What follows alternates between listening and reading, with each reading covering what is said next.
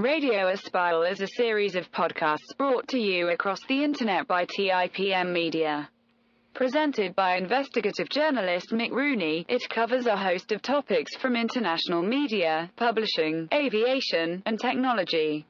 Thank you for listening to this podcast today. Welcome to episode 4 of Radio Espial, and we have another great guest lined up for you. Let's take it away.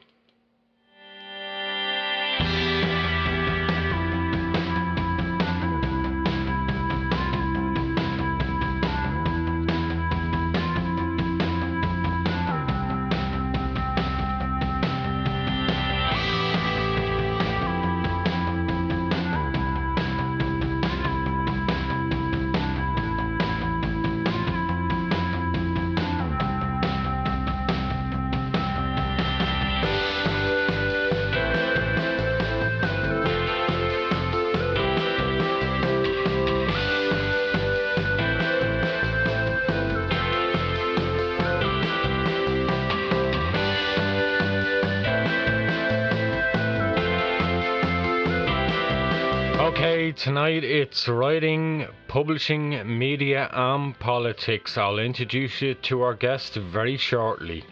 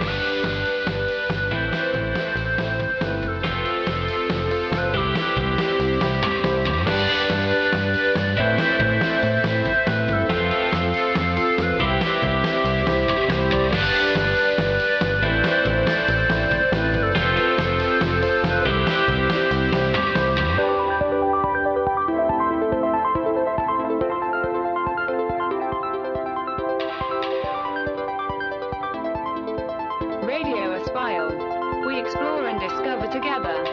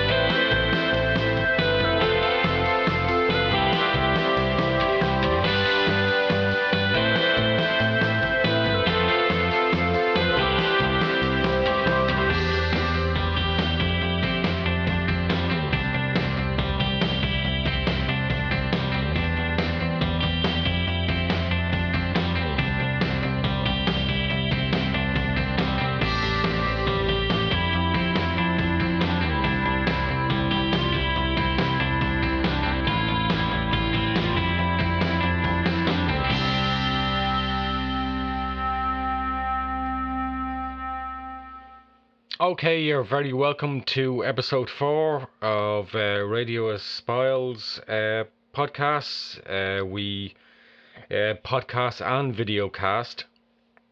Let's get straight on and tell you about my guest today. Linda Riesenberg Fisler began working at Procter & Gamble in 1979 and graduated from high school. Linda's career started as a technician working in the physical properties lab, testing toilet paper. No sniggering at the back, she will explain all that. During her 26 years of the company, computer technology was in the early stages, and Linda's interest and assignments naturally migrated to this area, with assignments from representing business requirements of computer systems to developing the technology needed by the users. Linda was one of a small number of non-college graduates promoted to management. Linda's imagination and love for writing and creating were never far from her mind and her hands. Feeling stymied and hindered in the corporate world, she resigned from Procter & Gamble in 2006 to pursue a more creative way of life. She always wrote from childhood to present day. In 2015, after discovering a rejected Star Trek The Next Generation script she had sent to Gene Roddenberry, she organised the hundreds of scenes previously written into her first novel. Blind Influence was published initially by an author solutions service. Linda also teaches oil painting and previously worked for Kevin McPherson between 2006 and 2009. McPherson is an internationally known master artist. Linda also is the producer and host of a podcast called Art Chat. She interviews master artists of today, exploring the skills needed to become a successful artist. Linda completed her first trilogy of the Blind series. Blind Influence is a 3-time award-winning novel. It was followed by the award-winning Blind Persuasion and recently launched Blind Alliance. Being an artist, Linda enjoys designing her book covers, self-publishing her work from formatting to marketing. She is currently working on the second trilogy in the series. It's influenced by John Jakes, Robert Lundgren and Aaron Sorkin. Linda's interest in politics and history plays an important role in her work. The premise for the Blind series, set in the 1980s, revolves around one question. I find this fascinating and it'll play into particularly our later part of the interview. Listen to this. Can one politician, a female lawyer, and an MI6 agent make decisions that divert us from the divisiveness that engulfs the world today? Let's go and talk to Linda.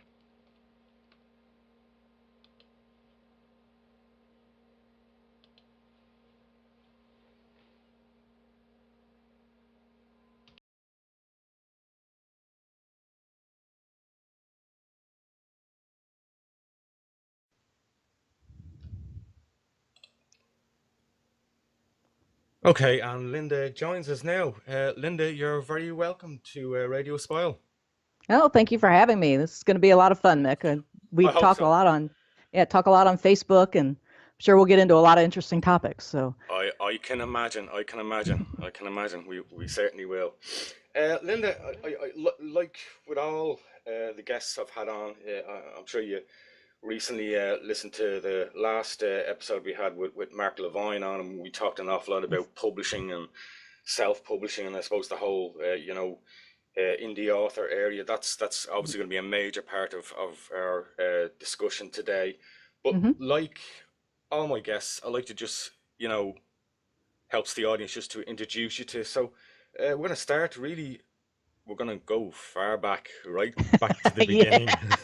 Let's not get into the age thing. That's not. No. Never ask anyone, a man or woman, their age. But yeah, let's step back a bit. Okay. You're from the US. Yes, I am. Grew up about 30 miles south of where I currently am in Ohio. So that it was. There was nothing special about my childhood. Typical thing. Had a bunch of friends in the neighborhood. There was no politicians or rock stars in the family.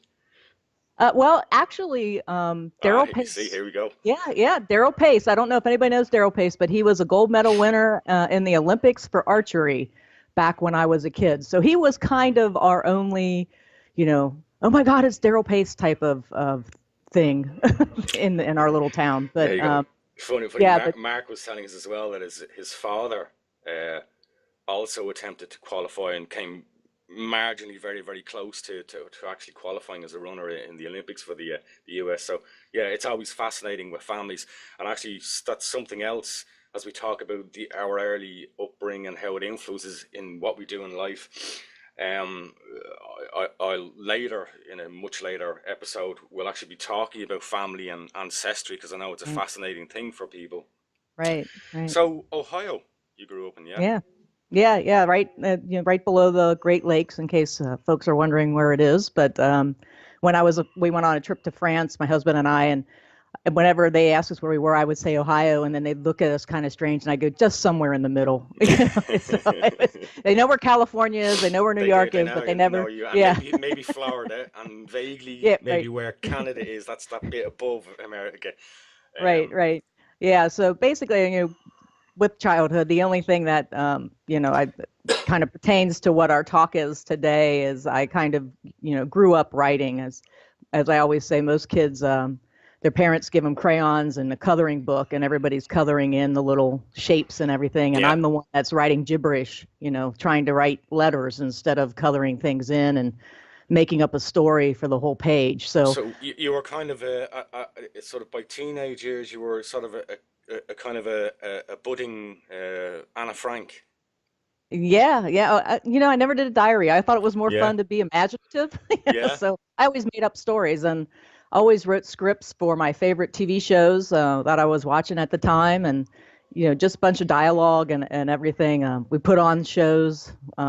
When the VHS camera came out, that was probably our most fun because we would write spoofs of different shows, and then we would record Hmm. them on the VHS camera. That really dates me, but that was our Saturday night or Saturday afternoons into Saturday night fun that we used to do in the neighborhood. So always had a background for writing, always did a background for film and things like that. Always wanted to do that.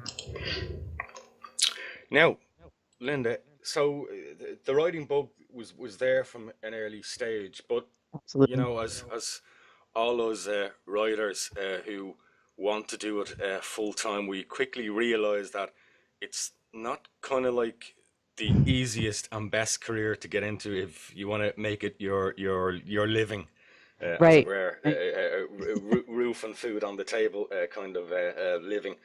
So we kind of end up for a time in our lives doing other things, and you sort of started off doing some other interesting things. So tell me a little bit about the sort of the career and the boring working life before I really got to what I wanted to do. Yeah, really.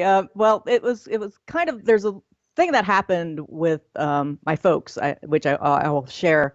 My brother, well, let's go back a little bit. You talked a little bit about genealogies. My Hmm. dad was actually the baby of 9 siblings, and he was the only one that finished college or finished high school. So when my brother graduated, who was 5 years older than me, he went on to college. I graduated, and my parents asked me where I wanted to go to school, and I said USC, and Dad said, I have no idea where that is. And I said, Southern Cal, and I want to go for film. And he's like, that ain't happening. So you can go to UC, which is University of Cincinnati. And I was like, nope, that they don't have film.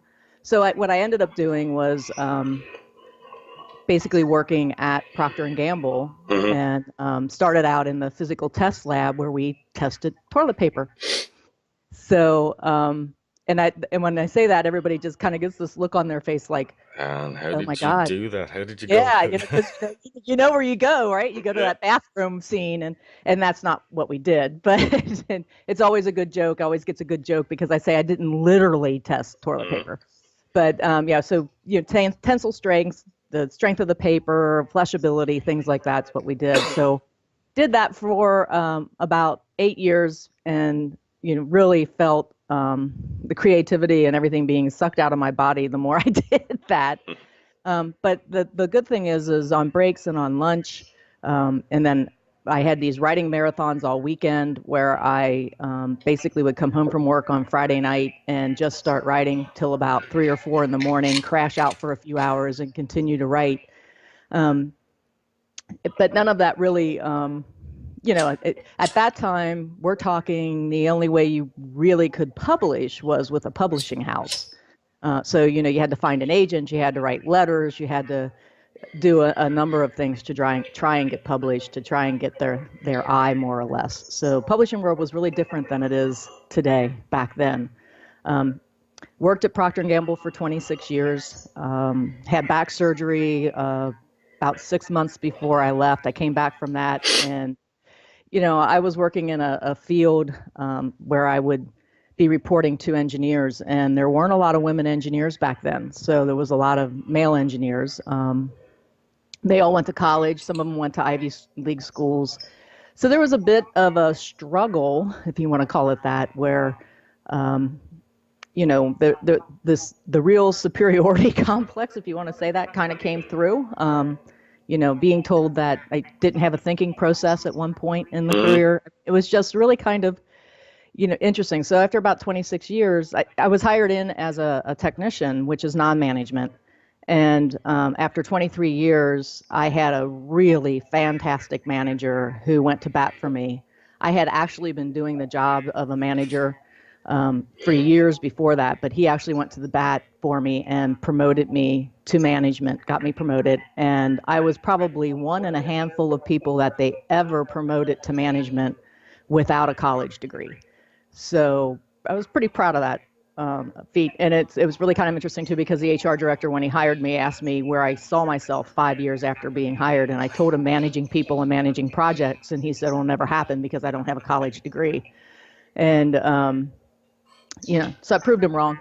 So I had accomplished what I wanted to do there and was ready to move. I suppose you ask, I mean, I can think back to the time, 10, maybe more than 10 years ago, where I kind of also made that step out of obviously it's not the same for everybody, what we'd call that sort of 9 till 5 routine. And I sort of remember the excitement, but the fear, the trepidation of making that move and thinking, am I doing the right thing, and can I do the right thing, and is it fair for everybody around me to make this kind of decision? Was there a moment for you when you went, this is now enough of this, and I've got to give the writing a go. I've really got to start to focus on that as something more than just writing when I come home? Well, back in the 90s, I had started painting, and we'll talk about the painting aspects of my life later. But I really knew that I had to get out and start doing something more creative, more in line with what I wanted to do before I actually started working at Procter & Gamble. So it's never really left me. Like I said, I wrote all during that time. Sure. Imaginary things and scenes for the book that I ever wanted to publish and ended up publishing. But there was P&G made it kind of easy for me to decide that it was time to leave, and that I didn't have children. It's just my husband and I, and my parents. My mother had passed about 4 years prior to that, and my dad had Alzheimer's, and it was getting to the point where he was going to start needing a lot more attention and help. And I came back from having back surgery, and it found out that they had, without any legal issues here, but that they basically downrated me while I was out on disability. Kind of, not the right thing to do. Yeah. So at that point it was kind of like, do I really want to keep fighting for this? I mean, it was a constant fight, and I just, I have a very understanding and lovable and support and loving husband, and he just basically said, give me 6 months and we'll get our finances in order, and you can walk out. And that's what I did. Okay. So did you just give me a decade when we are, because I'm just trying to get my head around what publishing the word would have been in that decade. Are we 80s, 90s? No, 2006. Okay, basically. so things had significantly come on, and it was very much a different world. This wasn't the publishing world, I suppose, we talked a little bit about this with Mark as well.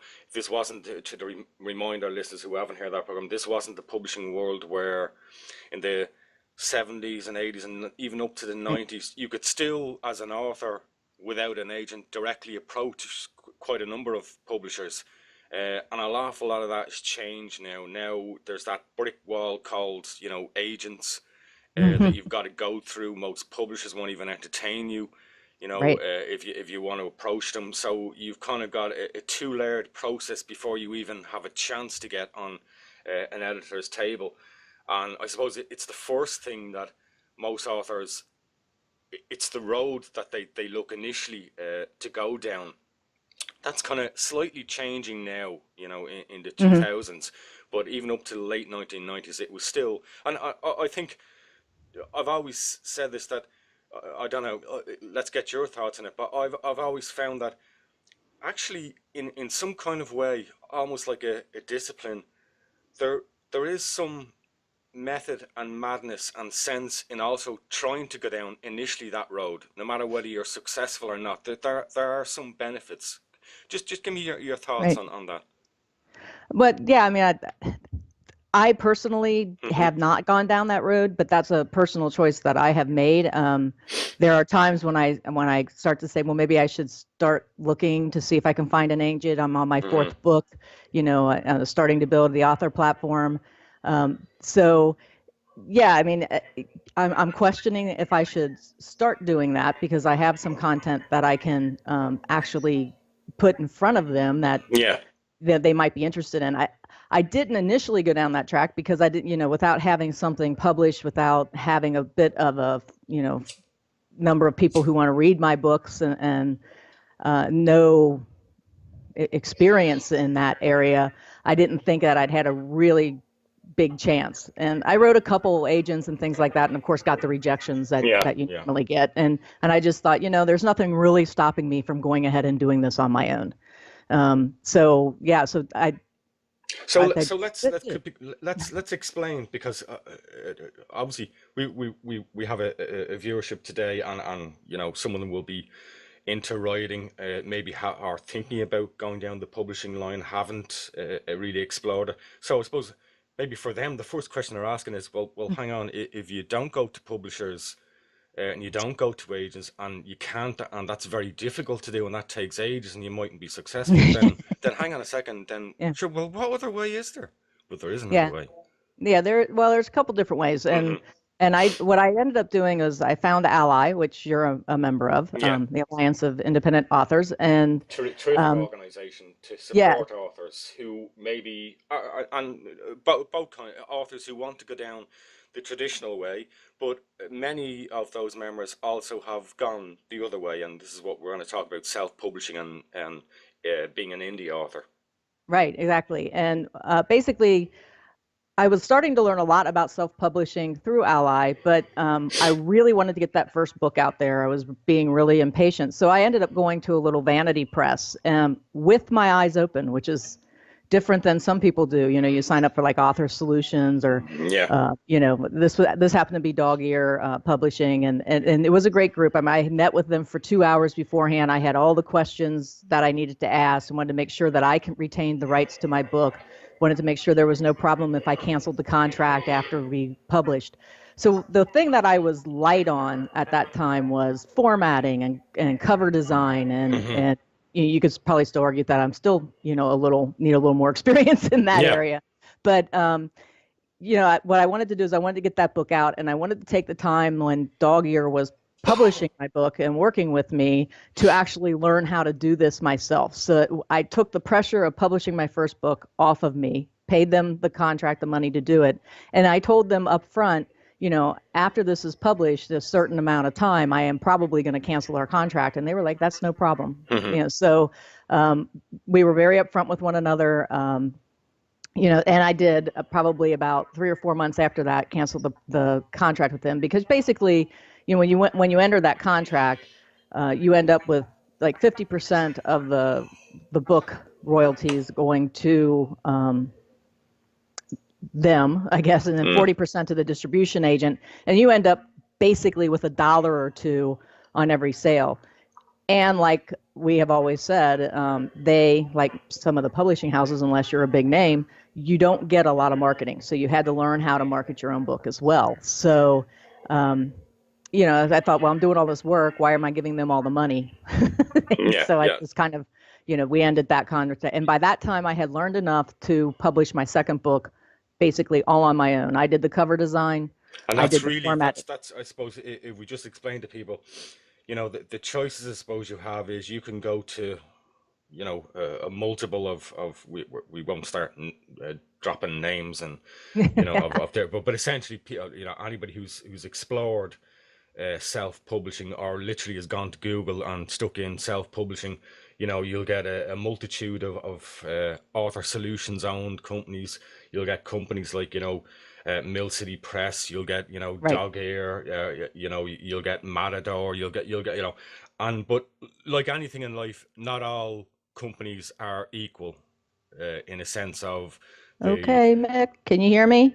Yeah, I can hear you. Your picture's just frozen there. We'll just bear for a second and see does it just pick up, and I'll just keep talking. Yeah, so you've got a multitude of different companies and different, I suppose, that offer different quality and different terms. And I suppose essentially then the other side of it is like you having had that experience of, working 6 months, 12 months, having a book out. Then you go, is there a better way to do this? And that's suppose when you really, as a self-published author, start to become your own manager of the project rather than paying somebody or handing out the management process. You actually take that on board, and you.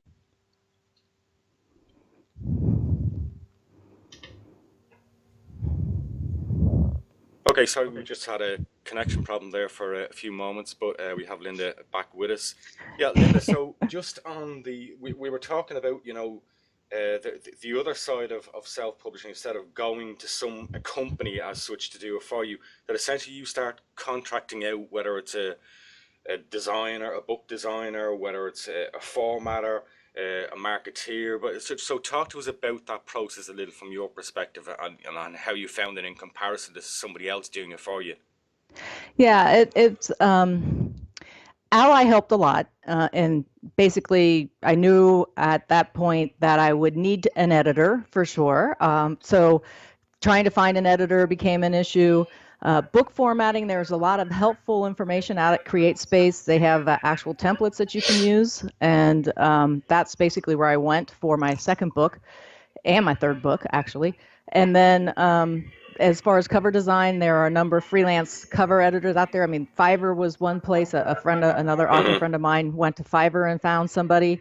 I basically decided that since I'm also an artist that I wanted to do my own. So then it became a search for software, and I ended up using Adobe. I think it's ID is the little thing that's by the box, the creative thing. So, and it has directions and instructions on how to create a book cover, front, back, and spine out on CreateSpace, step-by-step instructions on how to do that. So since a lot of my work career was around computers as well, designing computer systems and bringing business requirements and things like that, I didn't have a fear of computers, so decided to tackle a lot of that myself. But one thing I wouldn't tackle is editing. I still have an editor that I send my work to, because another set of eyes is really, really good. Right, and it's a major thing that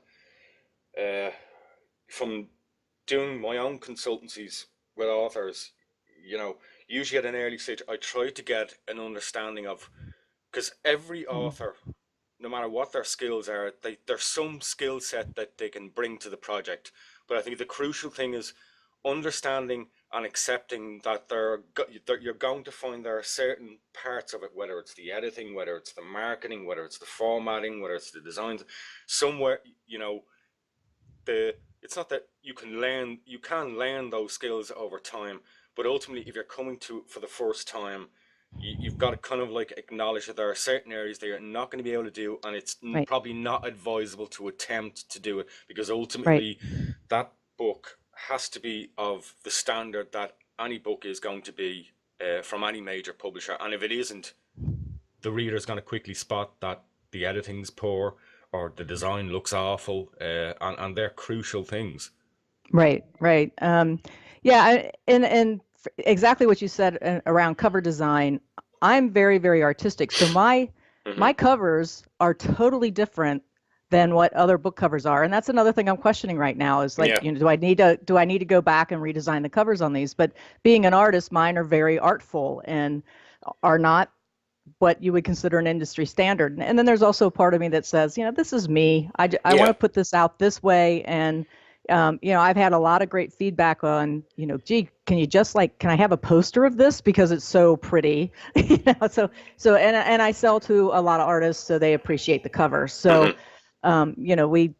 there's things that you have to decide what you're going to take a hit on, what you're not going to take a hit on. I have a really, really good editor. The first book that I sent her was actually more than what we had agreed to for her to do on the book in editing. So I ended up paying her a little extra because I didn't feel like I misrepresented what we were doing, but we certainly had a disconnect is what the book needed. So felt a little bad about that. So be aware of that too, because there is language and vocabulary that you need to learn along the way as well. So copy editing and, a full edit are totally different things. Editing and Content you need editing, to understand what level of, and ultimately, I think when you go to a professional editor, and really, if you decide that you need assistance, I think it's important as well, isn't it, to go to a professional who does that.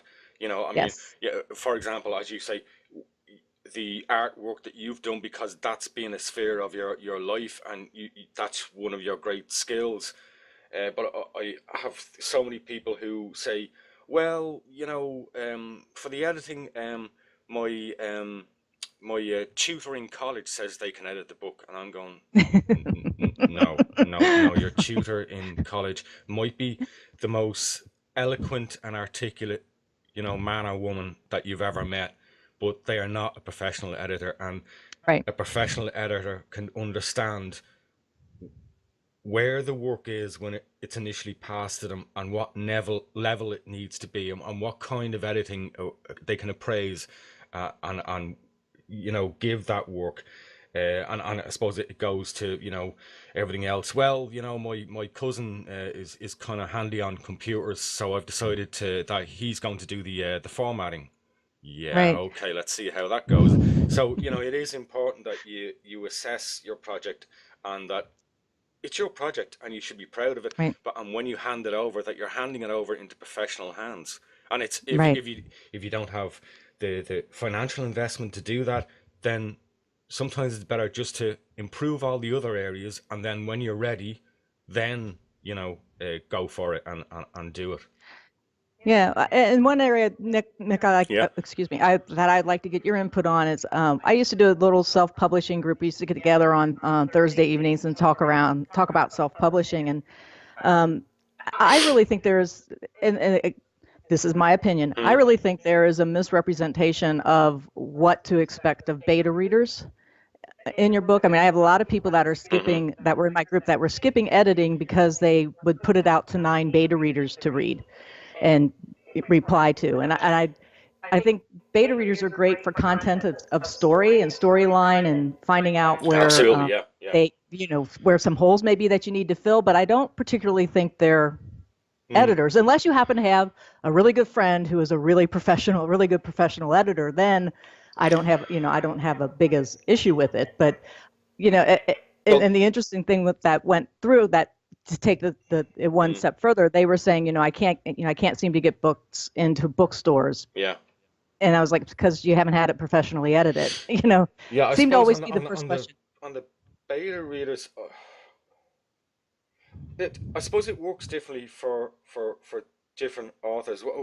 My approach would be, really, as you say, your beta readers are not your editor, and maybe to go to that stage, that really should happen before you pay $1,000 to a professional editor to edit it. Really, the beta readers should be looking at the book, and as you say, should be looking at that plot line there on chapter 3 that you introduced. That doesn't make sense, or I don't find that believable, or do you know what?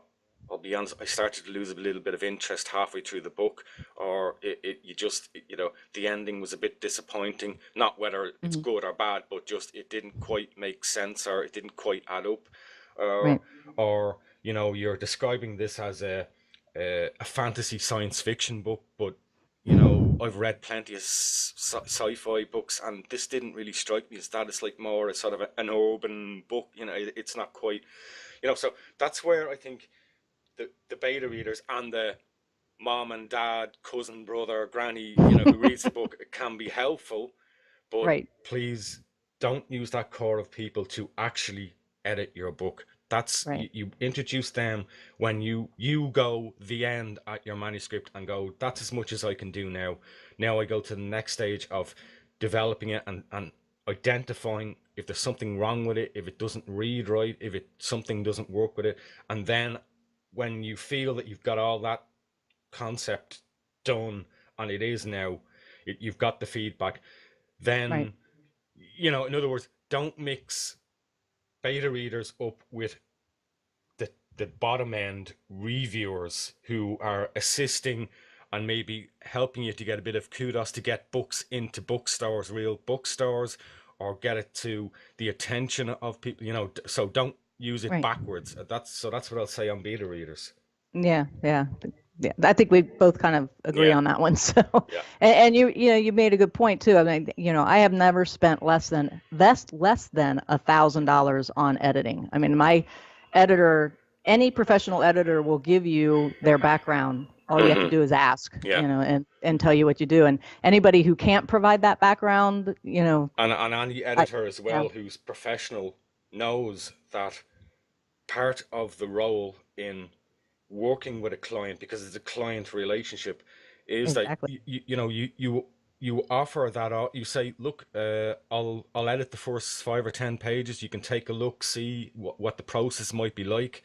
If you're happy with it, fine. Or here's the names of authors or books that I've worked with. You can get a good feel of this is their finished work. You can go, well, that read well. Yeah, this sounds like this. Rather than, because it's an important relationship and it's fundamental. If that relationship doesn't work on your self-published book and it goes wrong and you're not happy with the work being done, then you've got to question the whole project and moving it on until you fix that part. So it's a really important relationship. Probably it's the most important relationship. And I threw out that $1,000 figure. Really, I mean, that would be, quite frankly, that would be for a reasonably light sort of edit. That wouldn't be any kind of a serious, certainly getting into content editing or serious back and forths over a month or two of a project.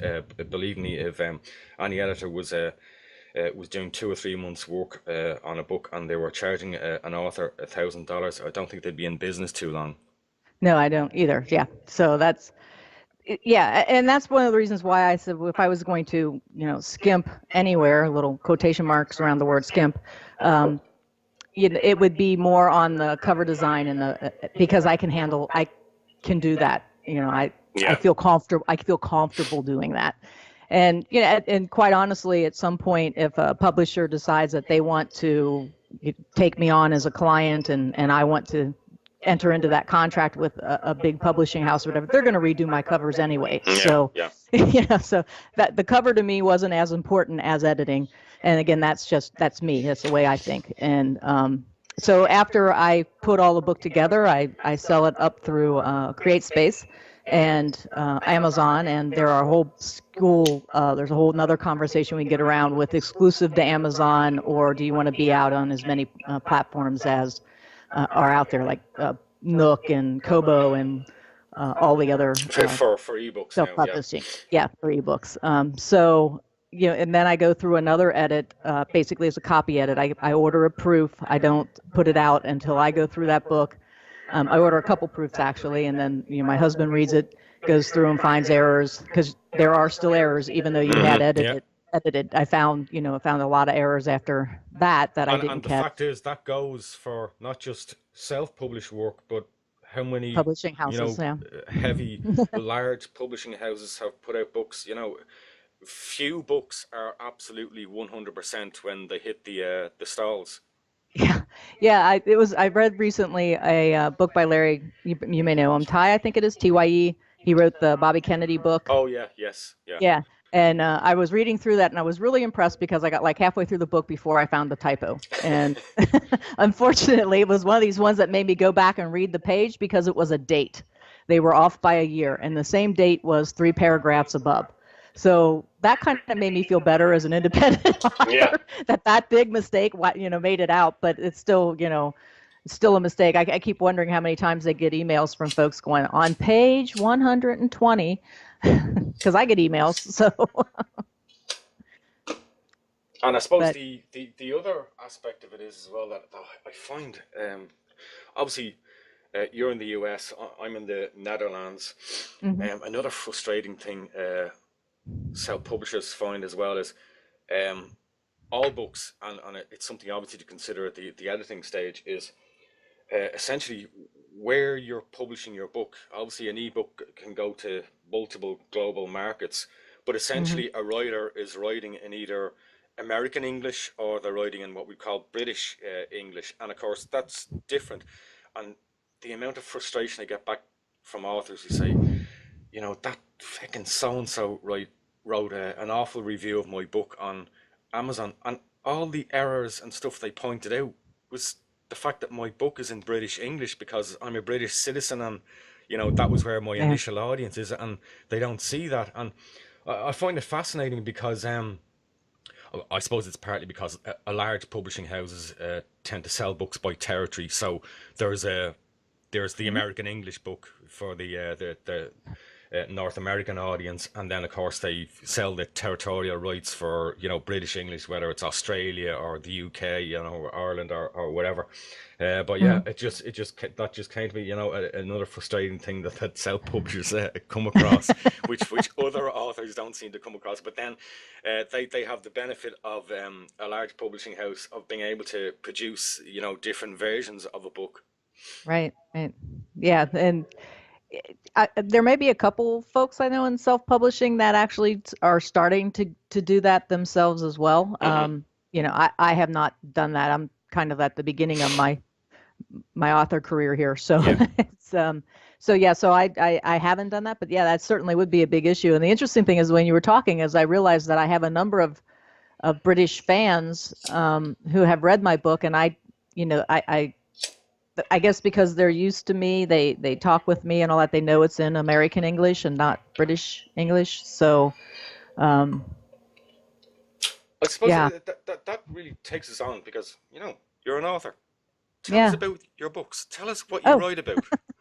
Yeah, well, I started down this path back when I was working at Procter & Gamble, as I said earlier, and it's basically the tagline that I came up with is kind of like Jason Bourne meets The Good Wife in The West Wing. So it's a mystery, espionage, and it has a lot of political intrigue in it. And basically, it's three characters, one female, two males, an MI6 agent, a female lawyer, and then a politician here in the United States. And it basically goes back to asking a question of, if we were able to do something different back in the 1980s, would we be where we are today politically? So it's set in history, and exactly, because the book. Now I know one of them is set in, is it the 1980s? But are they all set in the 1980s, or did they move? Okay, they're all so just for people, and we'll have all the links wherever people find this podcast or videocast. It's called the Blind series. Right. So there's Blind Influence, Blind Persuasion, and Blind Alliance. That's correct. Talk to me a little bit about the challenges that an author has when they have to set, and we'll take as for example your books in the 1980s, because it seems to me that's really, because here we are in 2017, that's got to be still the same challenge as setting a book, whether it's in the 1980s or 1880s. The challenges are still the same to understand, well, what was going on there politically, technically what was going on, which is a fundamental thing, because, you know, how often do you say, how the hell did that, you know, you're talking about a mobile phone in the 1980s, you know, or you know, so just tell us about the challenges of that for an author. Yeah, well, you hit on it right away, because in the 1980s, the early 1980s, computers weren't really commercially available at that time. Yeah, and the only phone you had was one that was hardwired into the wall.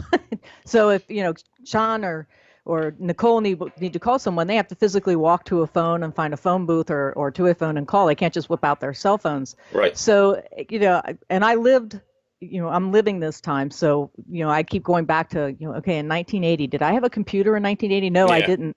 So that's one of the things. But one of the reasons why I call it the Blind series is because there are so many really little things that we didn't know about that influenced us through that time period. Like there's an Operation Mockingbird that the CIA had going on, and it's explained in the book. And, you know, that really had a lot of influence on people, because basically Operation Mockingbird was a propaganda tool for the CIA, where they were basically paying journalists to get their story out.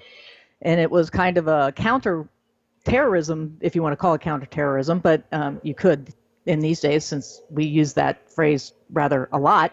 But, on the other side in the FBI was J. Edgar Hoover with all of his files. And, whenever somebody needed some information, they always seemed to be going to J. Edgar Hoover's file to get it or whatever. And the CIA got a little upset with that and basically started Operation Mockingbird. And that part of the fictional book is true. So I explain a little bit about Operation Mockingbird, but then I use it fictionally, if you will, with one of my characters. So it was interesting when you go back and you do all this research and you find these little projects that are now coming to light because it's been, so many years later, 50, 40 some years later. And these things are starting to come up and you're like, wow, that really could have influenced us at the time. And our decisions as a electorate, as a citizen of any country, so yeah, there's a lot of research that goes in. I always find myself when I'm writing, taking questions, asking myself like, okay, I'm going to have this person like hop on a train. Well, no, wait, what was the train schedule back then? What time of day would it be? Would they be able just to hop on a train or would they be waiting in the station? And a lot of different questions like that come up. What kind of car is it? What kind of car model is it? What did it look like? I would say a huge amount of research. You must have. You must have. Well, if not real files, inches thick of, and that's my file about cars around that time. That's a file about domestic appliances that were available that you could buy at the time and to use them. That's my file on what people ate and what they did. Exactly. And it's really interesting too, because when just the difference in researching the book when I first started writing it, I mean, one of the reasons why I kept it in the 1979, I kick it off in November of 79 and it goes up to about January of 1981 is the first trilogy. That's the time that it covers. And, when I started researching this book back in 1979, 1980, I was going to a library and pulling out information and spending lots and lots of times at a library. And I still do some of that, but most of my library stuff now, thank God, is on the internet. So I get to find a lot of different things. People probably under the age of I don't know, 2015, I don't want to offend anybody, but probably going, what's a library? And that's exactly. sad because people don't actively go out. Okay, if maybe there's a college library or there's a municipal library in their area, but essentially it's not a daily or a weekly practice now. We all remember with the little tickets, that you had index cards. Yeah. You hand the ticket over, it got stamped, and then you took your book and then you brought it back and the lady or the guy there said, you owe us 50 cents because this was due back last Monday, not this Monday. Right, yeah. And the internet has changed so much of that now. As researchers, as readers, and as how we consume, all of the things we consume now in what we read and watch. Yeah, I remember just the difference in searching the internet has changed in the last 10 years so dramatically. I can remember when the internet first came online and trying to search, you had to have almost the exact word search to match what you were looking for. And now you can type in a question and you get, hundreds and thousands of answers. That was totally different. So in a way, it's kind of scary because if all of that went away, would the generations after us really be able to figure out what they needed to do? Yeah, if they were researching a book on life in the 2020s, what the hell were they doing then? Right. Talk to me a little bit then. If we look at, because the internet has not only changed publishing, how we publish, how we read, how we consume, but just before we move from the books and the writing, just reflect back before we close out this part of the discussion on how the internet for you as a writer has impacted on marketing and the marketing of your books and how you use it now. Yeah, social media is great because you learn to use hashtags to help do it. I actually use it to post teasers for the book that I have coming out soon, and also in some of the marketing of the books that are already out, I'll post a teaser of it and ask the question, what do you think's going to happen here? And I've actually, the internet has, well, connected you and I, for example. Yeah. I wouldn't even known you were over there in Amsterdam if it wasn't for the internet. And, I've actually have a lot of international contacts that I wouldn't have if it wasn't for the internet. So marketing that way, making those connections is very, very helpful. There's a ton of companies that are out there that you can put your book out with. There are a ton of, firms that are out there doing, small companies that are out there doing book tours, for example, blog tours. Yeah. That you can market through. There are people that are doing podcasts that you can, go on and talk about your books about. So there's all kinds of opportunities to market yourself that you can look up and find on the internet. And organizations, associations like Ally and a number of writing organizations, thrill writers and things like that have a lot of information for you to look up and ways that you can market your book. Now, having said that, like there's Facebook ads and there's, Twitter ads and there's Amazon ads and things like that. You have to redefine what you're looking for when you're doing that, because just because you spend a couple $100s on a Facebook ad doesn't result in double that in book sales. Absolutely.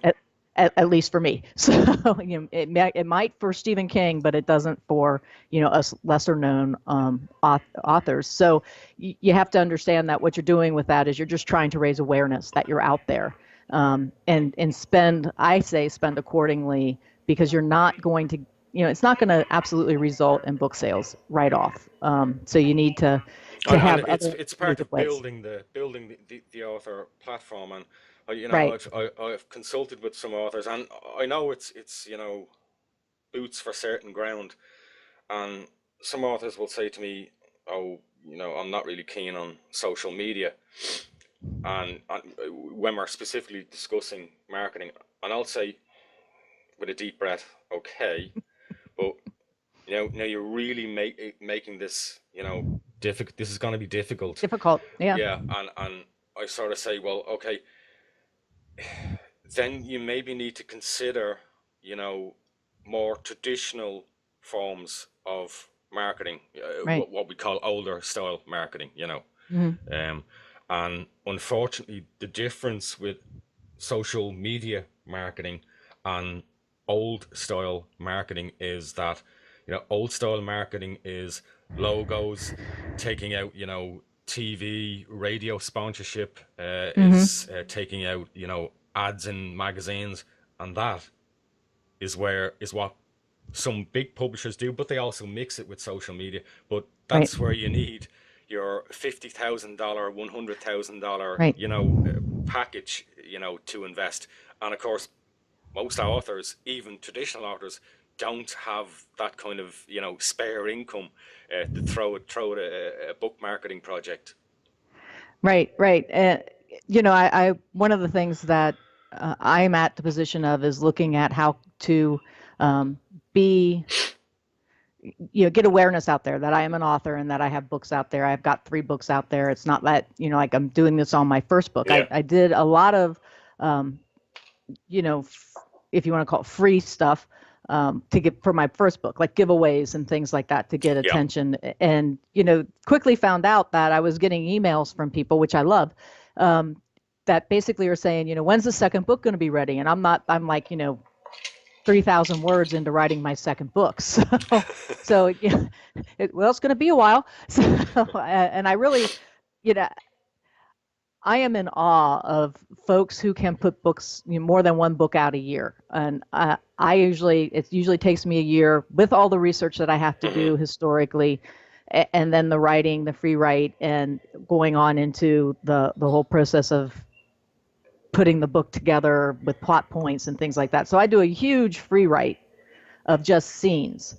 And then at some point, I do a sketchy outline at the beginning saying this is where I kind of want it to go. I went, like, for my second trilogy that I'm working on now, I had to find that one piece of history that I wanted to use as the thread through this whole trilogy.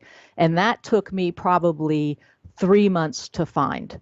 And then I found it. And I said, okay, now I have to write this. I wrote this real loose outline of how I wanted the trilogy to go. And now I'm in what I call the free write, where I'm up to about 78,000 words, and I'm just writing scenes, and then from there, I will go back and write my actual outline for each book and start to pull that together. So I'm still probably 6 months away from starting my first trilogy book, and getting that one out there. But I'm hoping that if I do this full free write over the whole trilogy, that I'll be able to get the books out, quicker. And since I have the first trilogy already out, I have to take time to market that. So it's an interesting dilemma, but it's fun. But it's fun. I mean, you have to like doing this. Absolutely, yeah, it definitely. It's like a career in writing, and if you're anyway successful, and even if you're only moderately successful, you're just doing it. You're doing it for the passion because you love doing it. If you don't, Right. you can't write just for the sake of writing. If you don't understand your audience, the passion and the love of doing what you do. Right. Exactly. Yeah. It's I was talking with someone, and they were saying, do you write every day? And I was like, well, yeah, because I love to. Yeah. And it's how many words do you write? And it's anywhere from, if it's an hour or two, I go anywhere from 1,000 words to up to 5,000 or 6,000 words a day, depending on how much time I have. And then, like, in all honesty, something may happen where I don't get to write the next day. I usually tack on that word count. So that's why I usually end up with the 6,000 word count, is because I hadn't been able to write a lot and wanted to catch up. So, so it's a matter of scheduling. I mean, there is a discipline here. You have to have that discipline to make it happen. Otherwise, you're walking around going, yeah, I'll get to that writing later. It never happens. But you have to treat it like a job. I have X amount of hours a day that I spend researching and writing, and that hopefully pays off in a really great book. So the other passion, of course, in your life is the visual arts. Yes. No. Yes. Talk to me about that, how that all happened. We're almost going back to Ohio now, when you were younger again. Well, yeah, I mean, I was working at P&G. It was the 1990s. And, as everybody, when you work for corporate America or the 9-to-5 jobs, they're paying you for 40 hours a week. Yeah. And at P&G, they're actually paying you for 40 hours a week, but expecting more like, I'm not picking on P&G, but any big corporation, they pay you for 40, but expect you to work 60. Yeah. So, and I don't think that's uncommon. I'm watching my nephews and nieces and battling with their, companies and how much time. But I really got away from being creative during the late 80s into the 90s, and there was a lot of pressure on my performance at that particular company. So I found a little way to become creative, and that was, I found an art center that was giving out painting lessons that you paid for, and 2 hours a week, every Thursday night, I went to paint and oil painting. And so that really started to interest me, and it was a creative outlet. At that time, I wasn't writing as much. If I was writing, it was typically technical writing at work, and by the time I got home, my brain was so fried I couldn't think about it. But every Thursday night for 2 hours, I allowed myself to be creative, and that was my creative outlet, was painting, oil painting. So in 2006, when I resigned, I actually started working for one of the master artists that's known internationally. His name's Kevin McPherson. I became his assistant and was helping him on the business side, and he was helping me, mentoring me on my art. And that's when I started, actually, when I left P&G, I started thinking that I could make a living being an artist. But there is some commonality between being an artist and being an author, and that is, it's very, very hard to break through, and it's very, very hard to make that a living. So, when I was working with Kevin, it worked out really, really well. We started a little internet company called Artist Mentors Online, where we were mentoring other artists on a website, through a website. We would have lessons for them. They would paint the lessons, and then Kevin would critique them, and I was in charge of building the website and putting content out. So my writing turned from writing fiction to actually writing blog content for our artists that were part of that. And so, while I was it was best of both worlds, actually. I was painting, I was getting mentored by Kevin for my art, to learn about my art, which in turn I ended up writing blogs about, which was helpful to other artists. So it was an interesting time, and that lasted to about 2009 or so, and then Kevin and I kind of went in different directions, which is typical when you're an artist. So he kind of reinvented himself and got very, very interested in portraiture. And so he's kind of went that way. And I'm an instructor down at the Art Center that I actually started taking instruction from in the 1990s. So I'm now teaching down there, and have a lot of connections and a lot of friends in the art world. So there are days when I decide that I don't want to write, that I'll go down. I was just going to ask, do you find sometimes there's an internal mental battle between, the art, the writing, the art? Yeah, there is. Actually, my husband is the one that puts more pressure on me than I. He really likes the way I paint. I paint with palette knives, a lot with palette knives, but you can't tell it's palette knife, because a lot of times with palette knife you get a lot of hard edges, and it's really hard for the eyes to understand what they're seeing because you're always constantly stopping and starting, and I don't do that. I make myself use a palette knife in a way that I'm very, very conscious of all the edges that I'm using, and so my husband is the one that's like, why don't you go down and paint? It's like, no, I want to write today. So it's a constant thing like that, and I do commissions. So like there will be times when I will be paid to paint somebody's painting because they want the specific thing, and they're contracting with me, so I have to have that done in a specific time. Yeah. So then it is, okay, well, you got to go down and paint. And there are times when I'm like walking down to the studio to paint going, I really rather write. Really upstairs writing. Yeah, really rather write, but I'm getting paid for this, so I better go down and paint. But yeah, so it's fun. I mean, gosh, if that's the worst thing that happens in my day, I'm living a pretty good life. I suppose when we sort of, before we move into our next topic, but sort of as a way of getting there, I suppose I'll ask the same question on the art, in general, the art world, how technology and the internet has influenced that over the past couple of decades. But it's interesting do I get the impression it's maybe not quite as much as for writing and for authors publishing?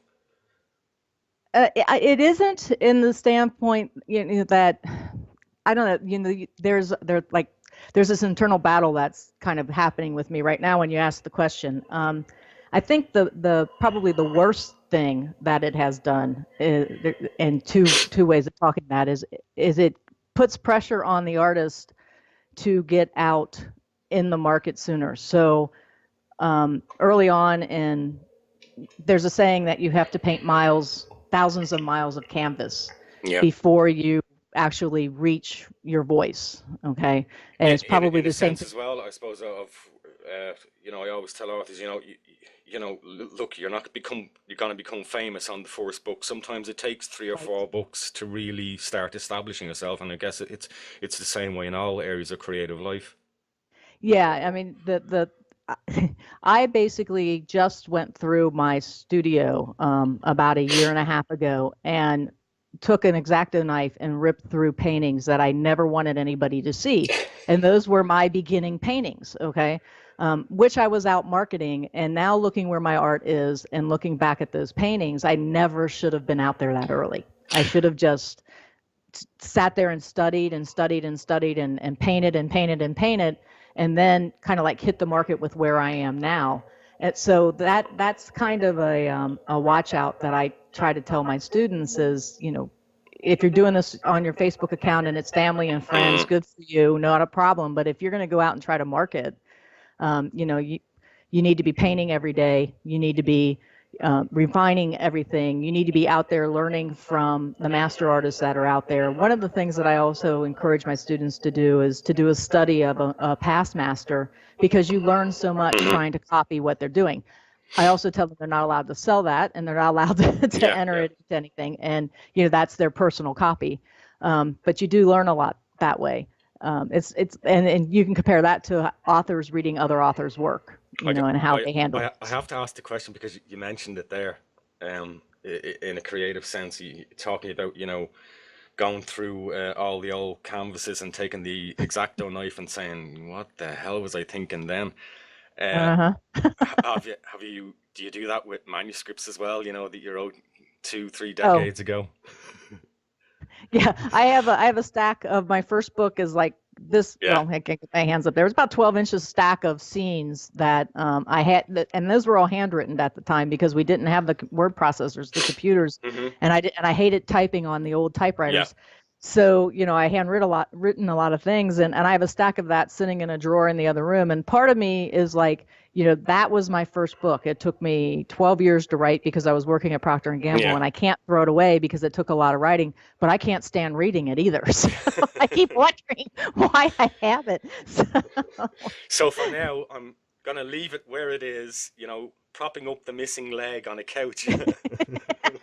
Exactly. It's hidden in a drawer for a reason. It's not coming out. It's taking space up. Yeah. When if I move from Ohio to somewhere else, I'm not particularly sure I'm going to keep it. But yeah. So let's move on to our final topic then today.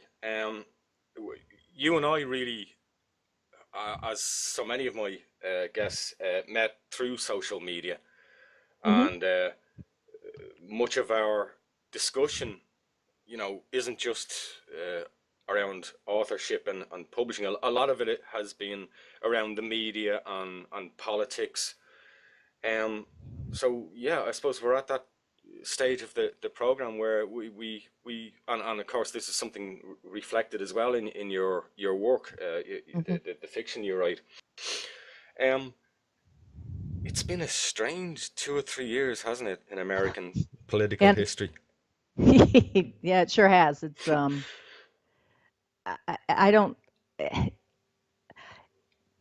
It really helps when I go back into the 1980s and the 90s, and I look at, a lot of folks are saying we've never been this divided. We haven't been this divided since the Civil War, and I kind of question that, because every time I go back into history, I keep finding how the left doesn't seem to want to work with the right, or vice versa. Point the finger wherever you want, but there's always been a lot of decisiveness, and there's always been a lot of competition. And history does a great thing because it cleans up a lot of stuff, and a lot of that stuff we tend to forget. And it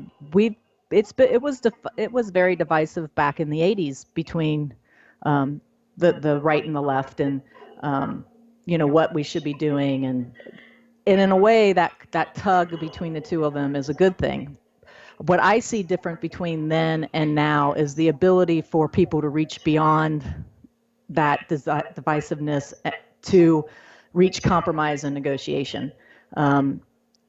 Obstruction has been one of the key words that everybody's been using. To be fair, we have to keep reminding ourselves. Look, obstruction isn't just here now with the Democrats. It was there as well.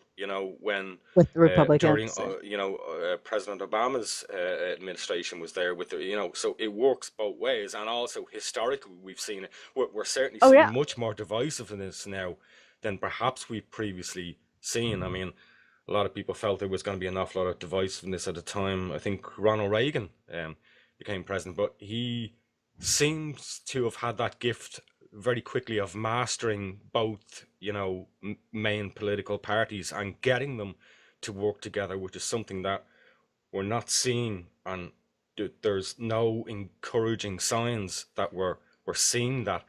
And I suppose the question is, how do we change that? How can we change that? Good luck. Right, well, that's the end of that. Wait, the Speaker of the House, John Boehner, who resigned really quickly. I'm in his district, Okay. And while he was Speaker of the House, I was not a fan of John Boehner, but since he has left and he's actually started speaking out about how bad it was and how bad it is, I'm kind of sitting there like he came back on. There was an article written on the healthcare vote, and he says you're never going to get anybody to agree. That it's the bottom line, and it's like. This is a guy who was inside, and probably the reason why I left was I've had enough of this. I don't want to deal with it anymore. The parties can't align, and he couldn't get them to align. And, I'm not really sure. It's going to take some people jettisoning the ego and basically saying, we got to do this. We got to get together. And I haven't seen a lot of politicians that I've been really, really hopeful for lately to kind of do that reach across the aisle. But there's one or two or three out there that I think are coming up now that realize that they have to do that. And I'm talking younger generations, not the older folks. There's a couple young ones out there that I think know that they have to start doing this and really starting to change that. So it's going to take a while. Yeah. One of the things that struck me, and I follow this obviously like so many of us, fascinated. You don't even have to be a citizen of the United States to have been fascinated by following this whole process over the last 2 or 3 years. Well, one thing that struck me was, and I have a reasonably good knowledge of American politics, certainly modern American politics. Yeah. And I remember when we went through the process of the Republican Party's nomination, and we had those, 17, I think, at one stage. Yep. And I'm like, okay, I consider myself more a sort of, I don't want to say a Democrat, because I'm not, like, I don't live in, in my country and other countries, there isn't such a Republican, Democrat, it's boxes, that parties, particularly in the European system, tend to work, even multiple parties tend to be able to work together, and the process is much easier after an election when all the sort of chips fall into place. And one thing I found was, there I am, I remember one evening, and it was one of the debates, the Republican debates, and it was at an early stage. And I think pretty much if there wasn't 17, there was like 14 or 12 of them still standing, as it were. Still too many. Yeah, still too many. And we'll talk about that in a second when we get to the Democrat side.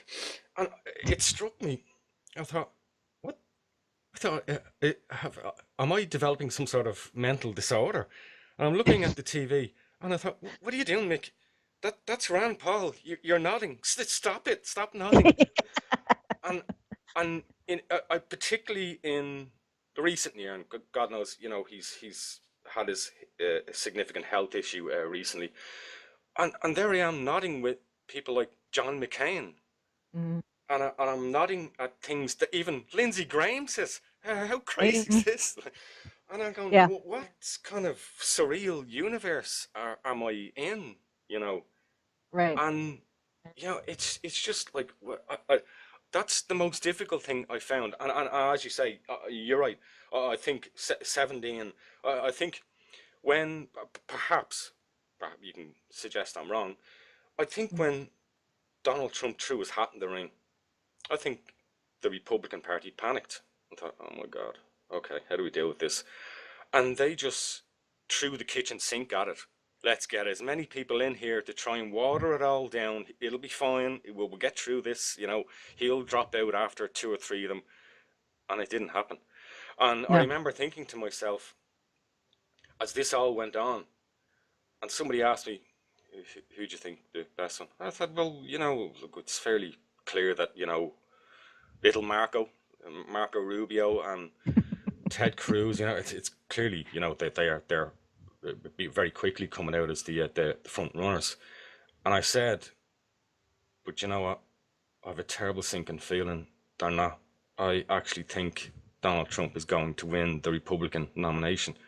He's tapped into something that the rest of them just cannot see and are not picking up on.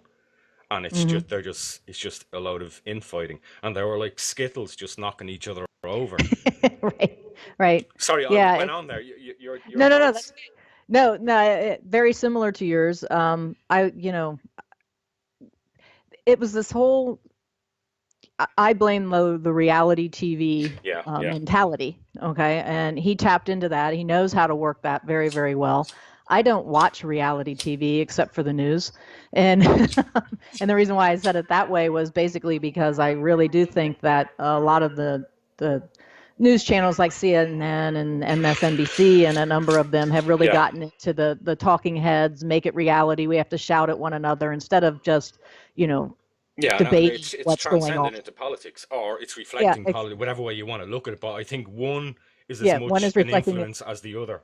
Yeah, absolutely. And we are, no matter where you live, across the ocean or here or wherever, life is pretty busy right now. And entertainment is key. It is a shutdown point of, I just want to be entertained type of thing. And I think that enters into it a little bit too. But it's definitely this reality TV mentality that everything has to be so dramatic and everything has to be so, much of a production. And that has really ramped up, I think, in the last 10 years. And so there was a part of me that was like really hoping that he would not get in, and he did. And we're having fun with Korea right now, North Korea. So that's going to be kind of an interesting thing to see how what happens with that. Hopefully, I'll be here to listen to this when it goes out on your air, Mick. Yeah. But it's somebody's going to have to start reining in the horse a little bit here, and I don't think anybody's really capable. I don't see anybody there. I don't see. I don't see it in Paul Ryan. I don't see it in any senior, member of that. Okay, we've had the kind of the Rand Pauls, the John McCain, the people that would now be politically now kind of considered on the edge. They're more moderate sort of voice, or at least occupying that stage. You could sort of,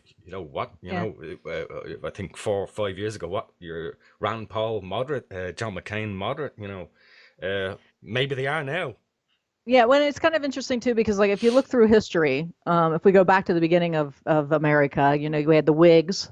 Yeah. And then you had John Adams, who was, more of a Federalist, or I think I got that right. I haven't gone back. I'm not really schooled in history that much, but what I'm getting to is throughout the history of our political systems, we have had Whigs, Federalists, we've had Jefferson Republicans, we've had, Democrats. So, are we at a point where maybe the GOP party is starting to split into two different factions? Maybe we'll have 3 political parties after this. One, America has never done very well at having more than 2 major political parties throughout all of its history. And even traditionally, what we might call broadly speaking in America, I know we did have a sort of what was it called, like a liberal candidate, I know kind of like everybody sort of forgets that there was actually more than 2 candidates in this.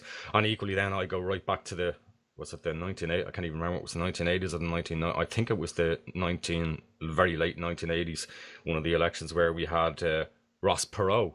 That was the Clinton Bush in 92. Probably of all the third standing candidates seemed to resonate.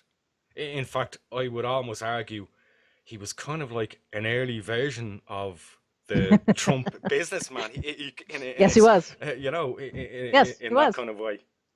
Yeah, and I think always without hear the reality TV mastery.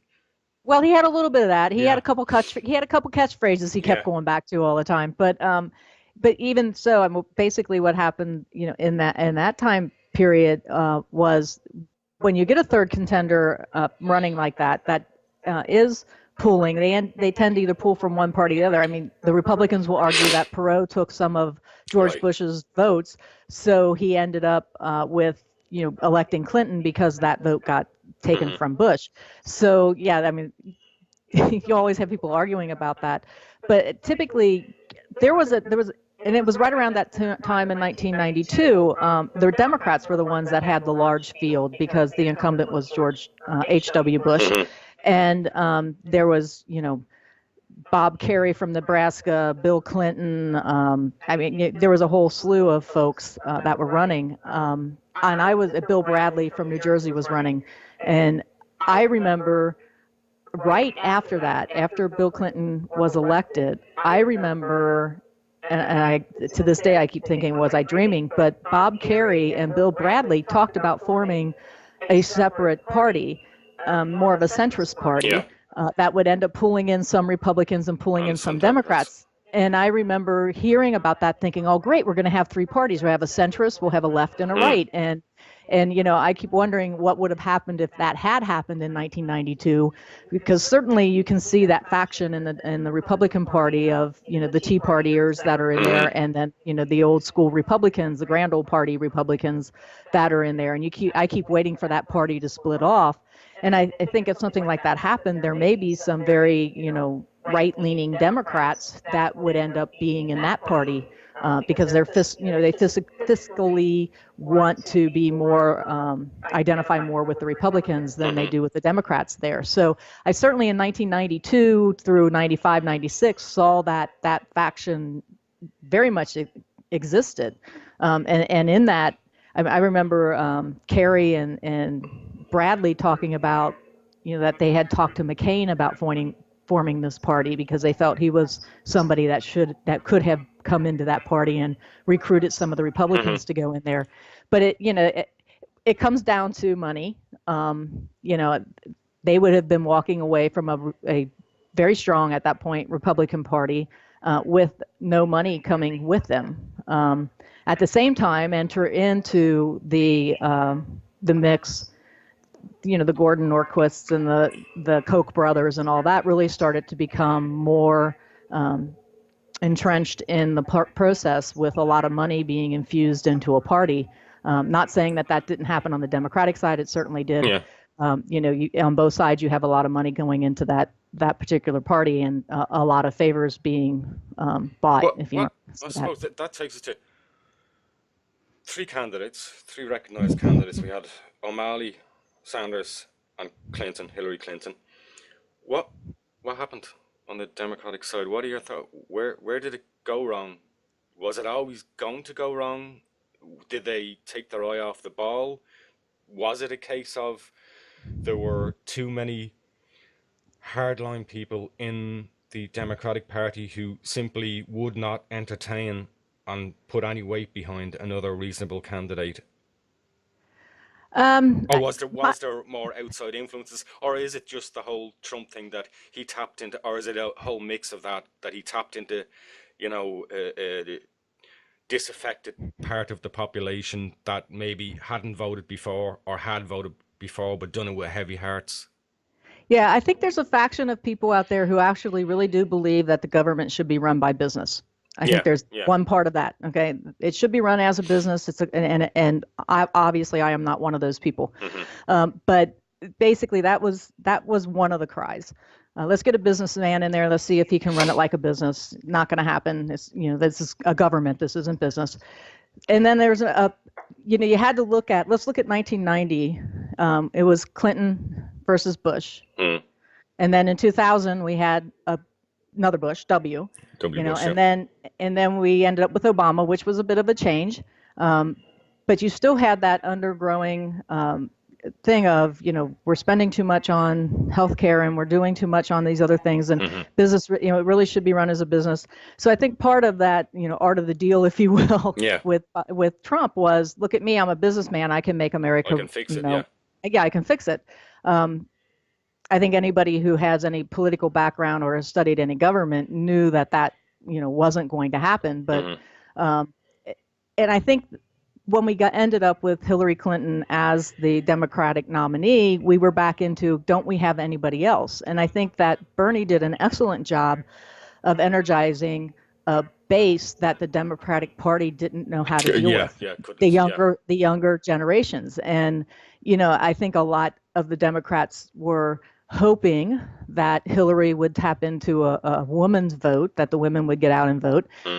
But, quite honestly, I don't vote on a person because of color or gender or whatever. To me, it's what are you standing for? What's the platform that you're putting out there? Are you going to do the things that I think need to be done? And I'm not saying that I have the answer to that, but I need to hear what you're going to say. And that's, I do it on more on data than I do on personality or gender or race or anything like that. And I can honestly tell you the day that I went to vote, I was entering the polls with tears in my eyes because I knew that she wasn't going to win. I mean, before I cast the vote, I knew who was going to win. And that was very upsetting. It was a very upsetting day. And, it's like the Democrats celebrating a healthcare vote. I sit there and laugh and go, you guys haven't done anything. It's not, let's, the GOP imploded. Let's not go and take a lot of credit that look what we did. We stopped healthcare. You didn't come up with your own bill. Alternative, Yeah. You didn't come up and say, okay, this is how we're going to fix, the Affordable Care Act. So let's be smart here. And, there's a lot of fault on both parties at this point. One is not leading and has an opportunity to step out as a leader and is not doing it, is, in my opinion, failing miserably at doing that. So, I can blame the right as much as I can blame the left at what is going on. And I suppose on the Republican side, it's that, belief that, look, we won both houses. We won the electoral vote. Basically, we're not going to, you're okay. You just sit there, boys and girls. We don't need your help. And it's now beginning, I would like to think, we'd all like to think, it's beginning to dawn on them that, you can try and fix the numbers so it goes down to 51 votes now, but ultimately you don't have the numbers to do this totally on your own, or you're going to get nothing done in 4 years. Right. And you have some very, again, egotistical and proud leaders in those positions of majority leader in the Senate who absolutely does feel that he can some way swindle his way into these victories. We're seeing, a lot of, I think if you look back behind what just the news presents to you, you're seeing a lot of incriminating things going on. The Constitution was always supposed to be flexible, but at some point I always wonder how much flexibility it actually has. And they're testing that to a large degree. Yeah. So, I kind of sit here and hold my breath, like just one more little bend. Let's see if we can make it not work. I suppose looking at the future, is it going to be the full 4 years, do you think, with Donald Trump, or will ultimately, as we say, will the constitutional bend eventually reach a point and snap, and even a small amount of, and that's all it would take, a small amount of people in the Republican Party are going to step forward and say, enough's enough. It doesn't look like it's certainly coming towards the midterms. Yeah, we had this kind of a conversation before. A lot of people think, in 6 months he'll be gone, or in 7 or 8 months he'll be gone. Even impeachment doesn't work that way. Yeah, impeachment doesn't work that way. We're looking at, it took 2 years in Watergate. It's no different here. It's going to be 2 years here before they actually get to the point where they can actually, start with the impeachment. I'd nearly argue it's like a marathon runner who keeps looking at the line, and although he knows how much more energy he's got, and it's just saying, if I can get another 20 yards, I'll still fall over that line. And I think that's where Trump is at the moment. He's thinking, if I can get somehow get another 6 to 9 months out of this, I don't care what happens, because by the time it does happen, I'll have done my 4 years, and then I can say, hey, I did it, told you. Yeah, right. I'm not interested in this anymore. Yeah. I think I think a lot of it comes down to how much he really starts taunting North Korea. I think we're in a dangerous place at the moment, the last couple of days. Yeah, and if he keeps this up, I think it's going to be, hey, we just can't deal with that. Yeah. That I think he needs to be, if anything makes him be removed, I think that would be it. And actually, if anybody dies over this, they don't have to come to our West Coast to hurt us. I mean, the Yeah, conversation yeah. that they're starting now with With striking Guam Guam, is yeah. that is a big strike. I mean, Yeah. that would hurt because that's our spearhead into that area. Mm-hmm. So, you can't be doing this. So, I mean, and I just sit there and go, are we in Doctor Strangelove? Yeah. When's Shu from Wag the Dog gonna show up? Yeah. So now we're in this military thing, and if anybody hasn't seen Wag the Dog, they need to watch that. Because I mean, there are times when I just keep going, well, bring out old Shu, write a song for old Shu, So, and then all of a sudden I turned around. I came back from art class yesterday, and this whole North Korea thing blew up when I was in art class teaching, and came back, and I'm like reading Facebook. I saw your tweet, your fake tweets that you put out, and I'm like, I still get the extraordinary, which just says the presence of time that we're in. I right, still get 50% of people asking me, he didn't really say that. That is fake, isn't it? Or is that real? And I'm saying, sad. do you know, it's really sad when you have to ask me that. That's where we are now. That's how sad this is. I can in a fake tweet say anything and put words in the President of the United States, and 50% of my social media audience will ask themselves, my God, he said that. I can't believe that. Yeah, Maybe I can. Maybe he did say that. Oh my God, I don't know whether he did or didn't. What's real? What isn't real? And that really was an experiment I started 12 months ago. And I continue it now because it still becomes fascinating. And sometimes I create one of those fake tweets in the evening in reflection maybe of what's happened that day. And I frighten myself then when I go and I look at real Donald Trump and I look at the 6 a.m. tweets the following morning, and I go, I could have written that for him. That's virtually some of the same words that I've used, and that's what's frightening in the world we're living in now. Well, actually, he follows you on Facebook and Twitter, and he's actually just, oh, look, my friend Nick said this. So now that must be, I better say that as well. So anyway, it's I don't know. You could always do the thing of, if I were his chief of staff, what would I be doing? Type of conversations. And one of the things is I would be paying, hide his phone. If I could get it out of his hands, he would never get it back. That would be one thing. And I think it's really, really sad. There was this air of respect, and I mean, you could talk about it probably more than I can, with being from Ireland originally and now living in Amsterdam. It's the United States was the country that a lot of people looked up to. Even, in the last 15, 20 years, we still had that, even though there was a lot of divisiveness and stuff that was going on. We had leaders that were leaders. And as I touched on earlier, he's not my politics.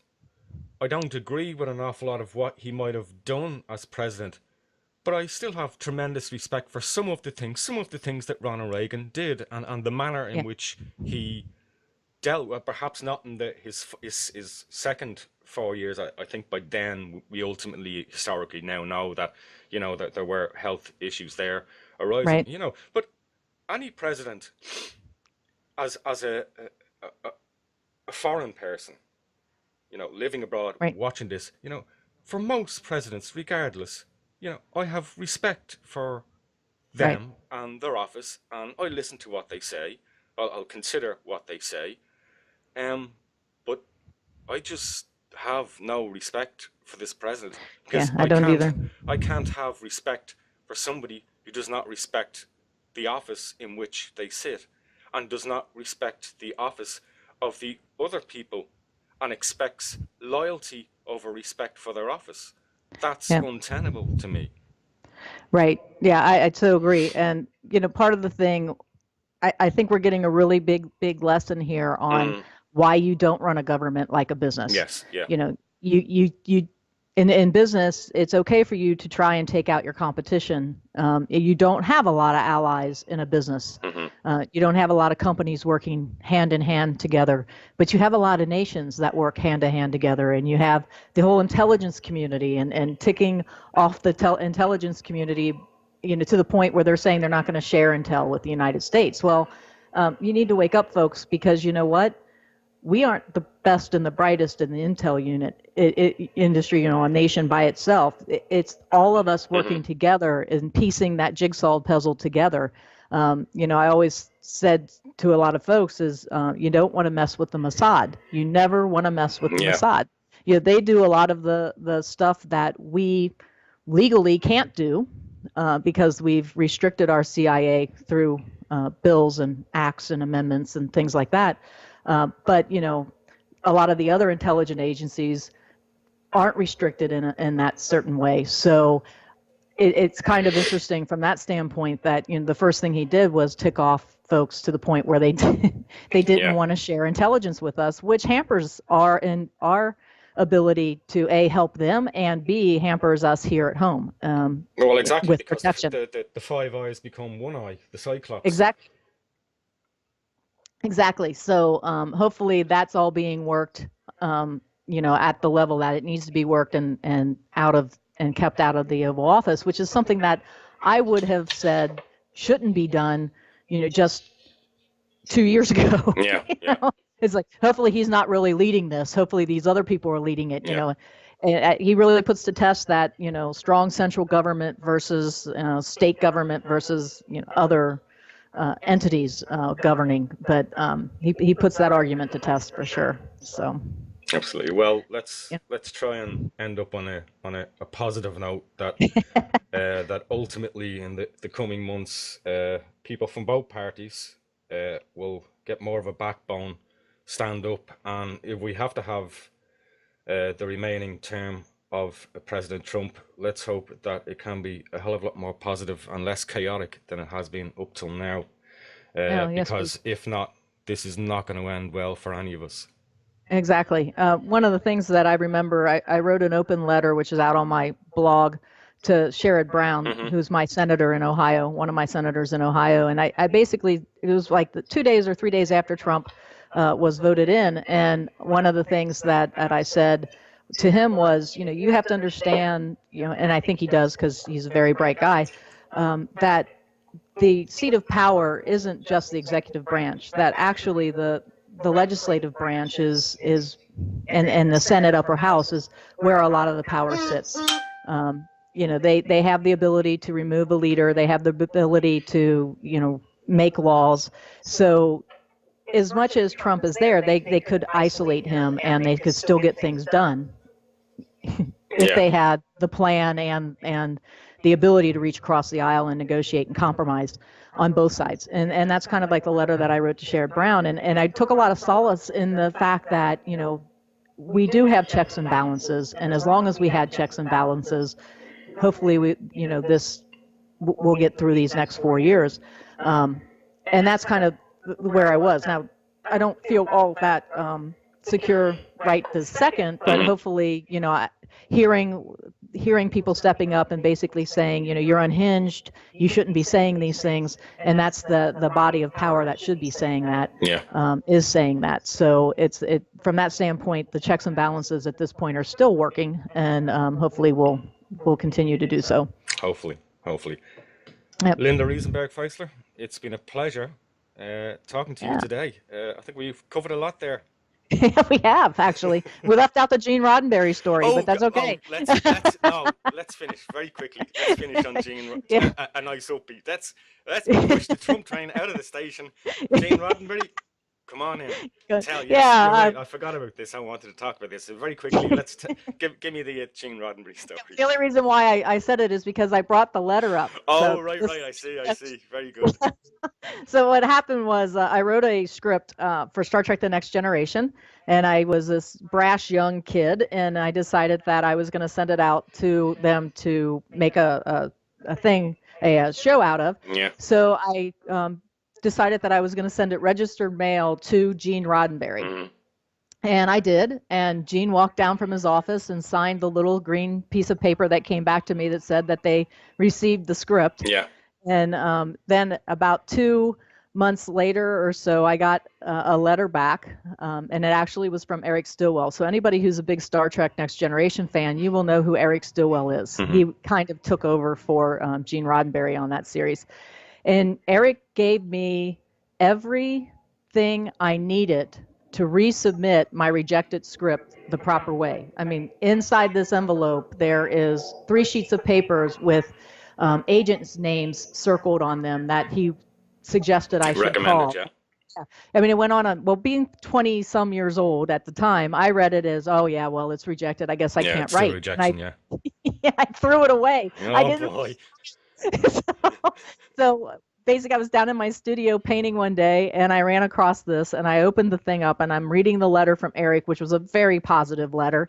And enclosed, please find the agents' names that I want you to contact, and here's the submission lines to change the scripts this way. And I was just, I just walked over and started hitting my head against the wall that I did not follow up with that. So I ended up, that's what really pushed me to get my first book out there, self-published. So that's that story. Well, that's that story.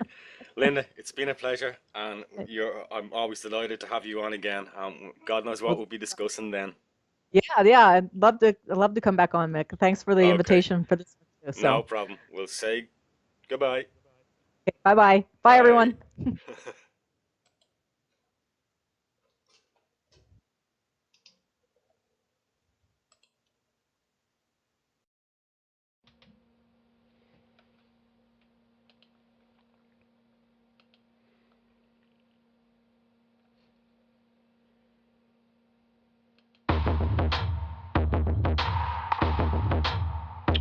Okay, thank you for joining me on the program.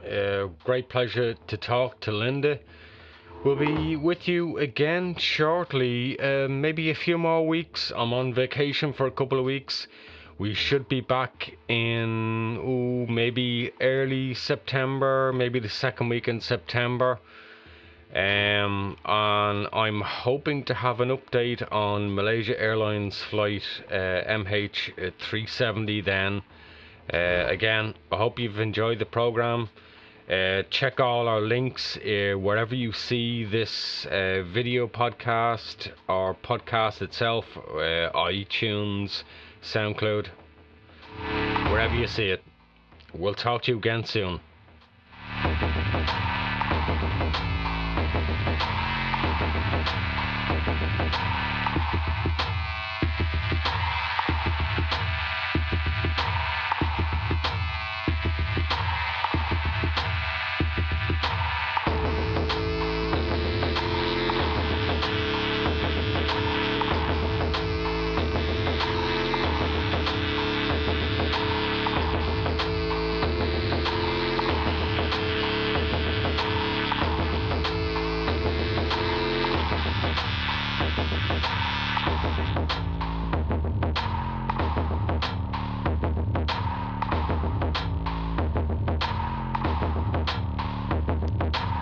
You have been listening to Radio Espial, a series of podcasts brought to you across the internet by TIPM Media and presented by investigative journalist Mick Rooney. Please feel free to leave a comment and visit our links provided in this podcast production. Thank you for your support. Radio Espial. We explore and discover together.